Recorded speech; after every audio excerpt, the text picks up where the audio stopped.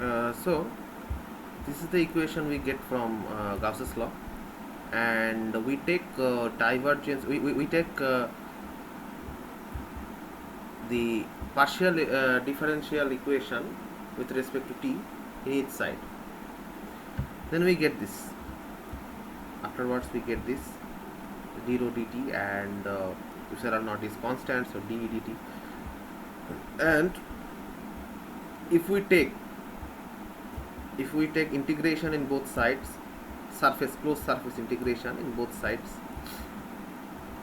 so the divergence will be cut it off, and the d rho, that is the rho with the surface charge density, we get the total current. The current might be I, but here is the point. Here is the important point that came to our knowledge. That is the displacement current. That Maxwell just measured this result along with Ampere's law. The Maxwell, he said the current will be displacement current. The new term, displacement current, that depends on the current density. Okay. What is displacement current? Do we have any kind of practical understanding of displacement current? In that context, I will tell you, in previous televisions we have seen there are large televisions, not large, there are the bigger televisions than now. Today we are using pretty much slim televisions. They are not slim, they are more bulky size because of the CRT monitor. CRT means cathode ray tube. Okay, cathode ray tube, the CRT monitors. And what is the function of that? If we go through to it, we can understand the application of displacement current and the evidence of displacement current. Understand? Okay. If it is a screen of the CRT monitor, there is a channel go through to it. There is a tube. It is known as the cathode ray tube. Here there are two magnetic field, and there is an electron gun. There is an electron gun. There is an electron gun. The flow of electron has been thrown from the electron gun. That means that is the cathode part, and that is a screen where phosphorus, as you know, some phosphorus coated, that is coated with phosphorus, and each and a single pixel, if the electron hits the phosphorus surface, it emits a light. There emits a light, and that we can see there are different kind of color of light, different kind of lights are there, and we can see. And the mechanism is that scanning the whole side of the screen, we get the total picture of a body, that picture of anything that has been shown to the cathode ray tube. Okay. And there is an electron gun. There is all about the electrons that passes through to it. So when there is a magnetic field, and this field rotates the electron flow.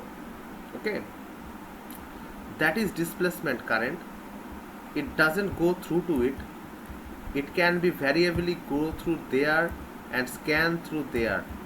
That means the current rotates, the electricity rotates, the flow of electron rotates to a vacuum or free space. There is nothing here. That's totally vacuum point. There is no conductor here. This kind of current is known as displacement current. I hope you would understand better than anybody. This result, along with Ampere's law and the conservation of charge equation, suggests that there are actually two sources of magnetic field, the current density and displacement current.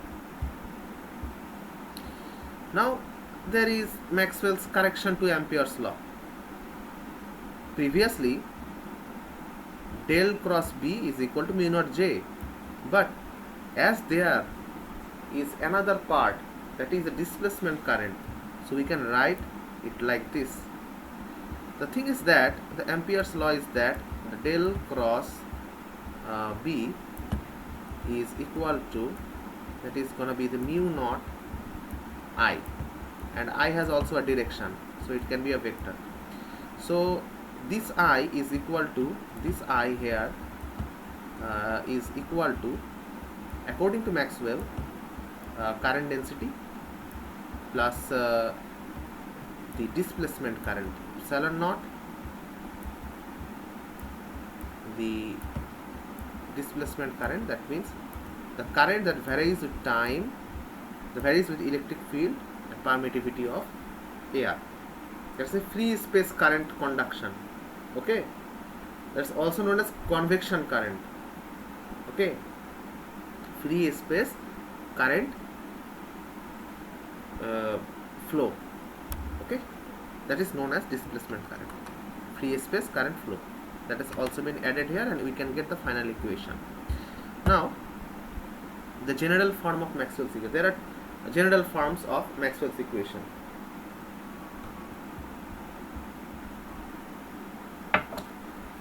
In the left side, that is the differential form of Maxwell's equation. In the right side, there are the integral form of Maxwell equation. If we take integration in both sides, we get this rho dV 1 by epsilon naught EDS surface integral. Again we can get this, that is the differential form, that is the integral form. All are the dot products. Okay, the closed surface contoured integrals. If we get integration, take integration in both sides, and then if there is a curve, that will be the closed surface line integral. Okay, you have been taught before Stokes' theorem, divergence theorem, both are the same. If we take surface integration, we get this. If we take line integration, we will be get rid of curl. Stokes' theorem. Okay, that is divergence theorem. That is divergence theorem. We get this by integration. By Stokes' theorem, we get these two equations. Okay, ddt, as you can see ddt here, BDS surface. There is also a surface integral I enclosed. Why that would be? If you get integration of J through dl to a line, you get the total current enclosed by the path.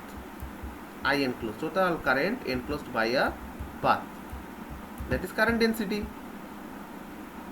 If you integrate current density to line integral, you will get current. So it is a total current. That is similar to that, just EDS. As you know, it is also converted by the equations. So that is the general form of Maxwell's equation. If we take divergence theorem, you can get previous two results of integral form. If you take Stokes' theorem, you will get the later on two derivations. So now